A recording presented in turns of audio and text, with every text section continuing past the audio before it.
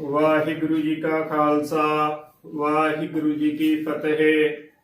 ਸੋ ਅੱਜ ਦੇ ਵਿਸ਼ੇ ਵਿੱਚ ਅਸੀਂ ਮੁਹਾਰਨੀ ਦੀਆਂ ਜੋ 12 ਲਗਾ ਮਾਤਰਾਵਾਂ ਹੁੰਦੀਆਂ ਨੇ ਉਹ ਦੋ ਪ੍ਰਕਾਰ ਦੀਆਂ ਹੁੰਦੀਆਂ ਨੇ, ਉਹਨਾਂ ਬਾਰੇ ਜਾਣਕਾਰੀ ਲਵਾਂਗੇ। ਮੁਹਾਰਨੀ ਦੀਆਂ 12 ਲਗਾ ਮਾਤਰਾਵਾਂ ਦੀ ਜੋ ਦੋ प्रकार ਦੀਆਂ ਮਾਤਰਾਵਾਂ ਨੇ, ਇਸ ਦਾ ਗਿਆਨ ਹੋਣਾ ਬਹੁਤ ਹੀ ਜ਼ਰੂਰੀ ਹੈ, ਇਸ ਦੀ ਸਮਝ ਹੋਣਾ ਬਹੁਤ ਹੀ ਜ਼ਰੂਰੀ ਹੈ, ਤਾਂ ਹੀ ਅਸੀਂ ਮੁਹਾਰਨੀ ਦਾ ਸ਼ੁੱਧ ਉਚਾਰਨ ਕਰ ਸਕਦੇ ਹਾਂ। ਸੋ ਮੁਹਾਰਨੀ ਦੀਆਂ ਜੋ 12 ਮਾਤਰਾਵਾਂ ਨੇ ਉਹ ਦੋ ਪ੍ਰਕਾਰ ਦੀਆਂ ਕਿਹੜੀਆਂ ਹੁੰਦੀਆਂ ਨੇ, ਆਓ ਇਸ ਬਾਰੇ ਜਾਣਕਾਰੀ ਲਈਏ। ਜਿਵੇਂ ਆਪ ਜੀ ਦੇਖ ਰਹੇ ਹੋ, ਇੱਕ ਲਘੂ ਤੇ ਇੱਕ ਦੀਰਘ। ਮੁਹਾਰਨੀ ਦੇ ਜੋ 12 ਮਾਤਰਾਵਾਂ ਨੇ ਇਹ ਦੋ ਪ੍ਰਕਾਰ ਦੀਆਂ ਹੁੰਦੀਆਂ ਨੇ, ਇੱਕ ਲਘੂ ਤੇ ਇੱਕ ਦੀਰਘ। ਲਘੂ ਤੋਂ ਭਾਵ ਉਹ ਮਾਤਰਾ ਜਿਸ ਨੂੰ ਉਚਾਰਨ ਕਰਨ ਸਮੇਂ ਘੱਟ ਸਮਾਂ ਲੱਗਦਾ ਹੈ, ਉਸ ਨੂੰ ਲਘੂ ਕਿਹਾ ਜਾਂਦਾ ਹੈ। ਦੀਰਘ ਤੋਂ ਭਾਵ ਜਿਸ ਨੂੰ ਉਚਾਰਨ ਕਰਨ ਸਮੇਂ ਵੱਧ ਸਮਾਂ ਲੱਗਦਾ ਹੈ, ਉਸ ਨੂੰ ਦੀਰਘ ਮਾਤਰਾ ਕਿਹਾ ਜਾਂਦਾ ਹੈ। ਜਾਂ ਫਿਰ ਲਘੂ ਕਹਿ ਲਵੋ ਕਿ ਘੱਟ ਬੋਲੀ ਜਾਣ ਵਾਲੀ ਮਾਤਰਾ, ਉਸ ਨੂੰ ਲਘੂ ਮਾਤਰਾ ਕਿਹਾ ਜਾਂਦਾ ਹੈ, ਤੇ ਵੱਧ ਬੋਲੀ ਜਾਣ ਵਾਲੀ ਮਾਤਰਾ ਨੂੰ ਦੀਰਘ ਮਾਤਰਾ ਕਿਹਾ ਜਾਂਦਾ ਹੈ। ਸੋ ਇਸ ਦਾ ਗਿਆਨ ਹੋਣਾ ਬਹੁਤ ਹੀ ਜ਼ਰੂਰੀ ਹੈ। ਸੋ ਆਓ ਇੱਕ ਵਾਰ ਫਿਰ ਤੋਂ ਸਮਝੀਏ।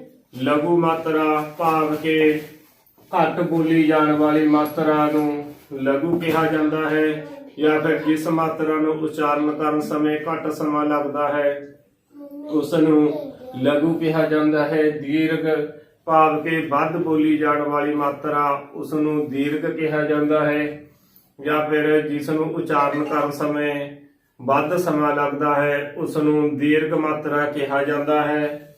ਆਓ ਇਹਨਾਂ ਬਾਰੇ ਜਾਣਕਾਰੀ ਲਈਏ। ਲਘੂ ਇਹ ਤਿੰਨ ਮਾਤਰਾਵਾਂ ਨੇ ਜਿਹੜੀਆਂ ਇਹ ਲਘੂ ਹੁੰਦੀਆਂ ਨੇ। ਸਭ ਤੋਂ ਪਹਿਲੀ ਮੁਕਤਾ, ਚਿੰਨ ਰਹਿਤ।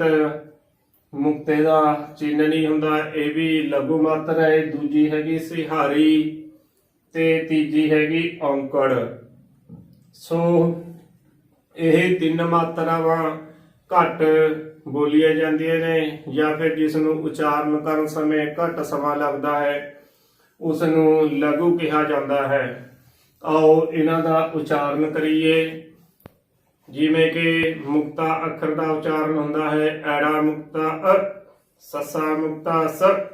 ਸੋ ਤੁਸੀਂ ਸੁਣ ਹੀ ਰਹੇ ਹੋ ਕਿ ਇਸ ਨੂੰ ਉਚਾਰਨ ਕਰਨ ਸਮੇਂ ਘੱਟ ਸਮਾਂ ਲੱਗਿਆ ਹੈ, ਜਾਂ ਫਿਰ ਜਿਸ ਨੂੰ ਉਚਾਰਨ ਕਰਨ ਸਮੇਂ ਘੱਟ ਸਮਾਂ ਲੱਗਦਾ ਹੈ, ਘੱਟ ਬੋਲੀ ਜਾਣ ਵਾਲੀ ਮਾਤਰਾ, ਉਸ ਨੂੰ ਲਘੂ ਮਾਤਰਾ ਕਿਹਾ ਜਾਂਦਾ ਹੈ। ਸਿਹਾਰੀ, ਈੜੀ ਸਿਹਾਰੀ ਏ, ਸੱਸੇ ਸਿਹਾਰੀ ਸੇ, ਹਾਹੇ ਸਿਹਾਰੀ ਹੈ। ਸੋ ਇਹ ਸੀ ਲਘੂ ਮਾਤਰਾ ਦੀ ਦੂਜੀ ਮਾਤਰਾ ਸਿਹਾਰੀ। ਤੀਜੀ ਹੈਗੀ ਔਂਕੜ, ਉੜੇ ਔਂਕੜ ਓ, ਸੱਸੇ ਔਂਕੜ ਸੋ, ਹਾਹੇ ਔਂਕੜ ਹੋ। ਸੋ ਇਹ ਸੀ ਔਂਕੜ।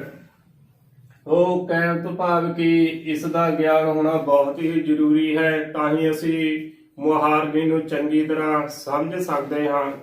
ਅਗਰ ਸਾਨੂੰ ਮੁਹਾਰਨੀ ਦੀ ਚੰਗੀ ਤਰ੍ਹਾਂ ਸਮਝ ਲੱਗ ਗਈ ਤਾਂ ਹੀ ਅਸੀਂ ਗੁਰਬਾਣੀ ਦਾ ਸ਼ੁੱਧ ਉਚਾਰਨ ਕਰ ਸਕਦੇ ਹਾਂ।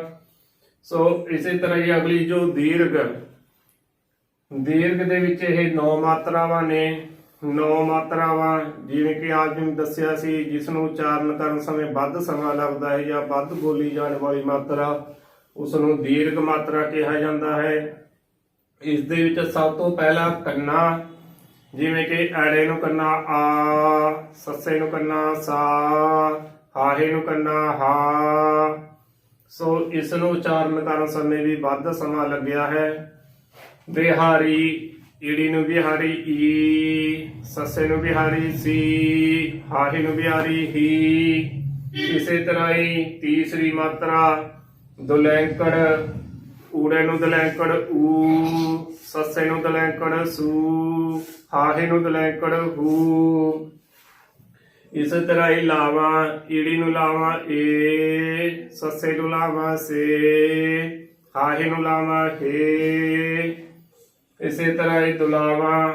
ਐੜੇ ਨੂੰ ਦੁਲਾਵਾਂ ਆ, ਸੱਸੇ ਨੂੰ ਦਲਾਵਾਂ ਸੈ, ਹਾਹੇ ਨੂੰ ਦਲਾਵਾਂ ਹੈ। ਇਸੇ ਤਰ੍ਹਾਂ ਹੀ ਹੋੜਾ, ਊੜੇ ਨੂੰ ਹੋੜਾ ਓ, ਸੱਸੇ ਨੂੰ ਹੋੜਾ ਸੋ, ਹਾਹੇ ਨੂੰ ਹੋੜਾ ਹੋ। ਇਸੇ ਤਰ੍ਹਾਂ ਹੀ ਕਨੌੜਾ, ਐੜੇ ਨੂੰ ਕਨੌੜਾ ਆ, ਸੱਸੇ ਨੂੰ ਕਨੌੜਾ ਸੋ, ਹਾਹੇ ਨੂੰ ਕਨੌੜਾ ਹੋ।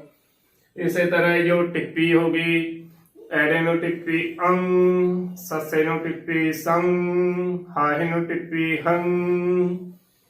ਇਸੇ ਤਰ੍ਹਾਂ ਹੀ ਕੰਨਾ, ਬਿੰਦੀ, ਐੜੇ ਨੂੰ ਕੰਨਾ ਉੱਤੇ ਬਿੰਦੀ ਆ, ਸੱਸੇ ਨੂੰ ਕੰਨਾ ਉੱਤੇ ਬਿੰਦੀ ਸਾ, ਹਾਹੇ ਨੂੰ ਕੰਨਾ ਉੱਤੇ ਬਿੰਦੀ ਹਾਂ। ਸੋ ਦੀਰਘ ਮਾਤਰਾ ਦੇ ਵਿੱਚ 9 ਮਾਤਰਾ, ਕੰਨਾ 1, ਬਿਹਾਰੀ 2, ਦੁਲੈਂਕੜ 3, ਲਾਵਾਂ 4, ਦੁਲਾਵਾਂ 5, ਹੋੜਾ 6ਵੀਂ ਮਾਤਰਾ, ਕਨੌੜਾ 7ਵੀਂ, ਟਿੱਪੀ 8ਵੀਂ, ਕੰਨਾ ਬਿੰਦੀ 9ਵੀਂ।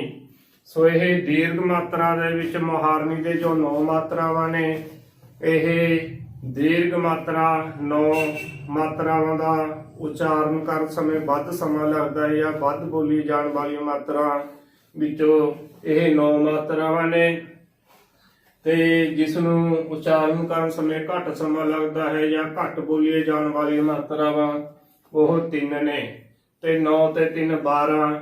ਸੋ ਇਹ ਮੁਹਾਰਨੀ ਦੀਆਂ 12 ਮਾਤਰਾਵਾਂ 2 ਪ੍ਰਕਾਰ ਦੀਆਂ ਹੁੰਦੀਆਂ ਨੇ, ਲਘੂ ਅਤੇ ਦੀਰਘ। ਸੋ ਇਸ ਦੀ ਸਮਝ ਹੋਣਾ ਬਹੁਤ ਹੀ ਜ਼ਰੂਰੀ ਹੈ, ਤਾਂ ਹੀ ਅਸੀਂ ਗੁਰਬਾਣੀ ਦਾ ਸ਼ੁੱਧ ਉਚਾਰਨ ਕਰ ਸਕਦੇ ਹਾਂ। ਜਿਸ ਨੂੰ ਮੁਹਾਰਨੀ ਦੀ ਇਹ 12 ਮਾਤਰਾਵਾਂ ਦੇ ਵਿੱਚੋਂ ਇਹਨਾਂ ਦੀ ਸਮਝ ਲੱਗ ਗਈ, ਉਹ ਮੁਹਾਰਨੀ ਦਾ ਸ਼ੁੱਧ ਉਚਾਰਨ ਕਰ ਸਕਦਾ ਹੈ, ਤੇ ਜਿਸ ਨੇ ਮੁਹਾਰਨੀ ਦਾ ਸ਼ੁੱਧ ਉਚਾਰਨ ਕਰਨਾ ਸਿੱਖ ਲਿਆ, ਉਹੀ ਗੁਰਬਾਣੀ ਦਾ ਸ਼ੁੱਧ ਉਚਾਰਨ ਕਰ ਸਕਦਾ ਹੈ। ਸੋ ਇਸ ਦਾ ਗਿਆਨ ਹੋਣਾ ਬਹੁਤ ਹੀ ਜ਼ਰੂਰੀ ਹੈ।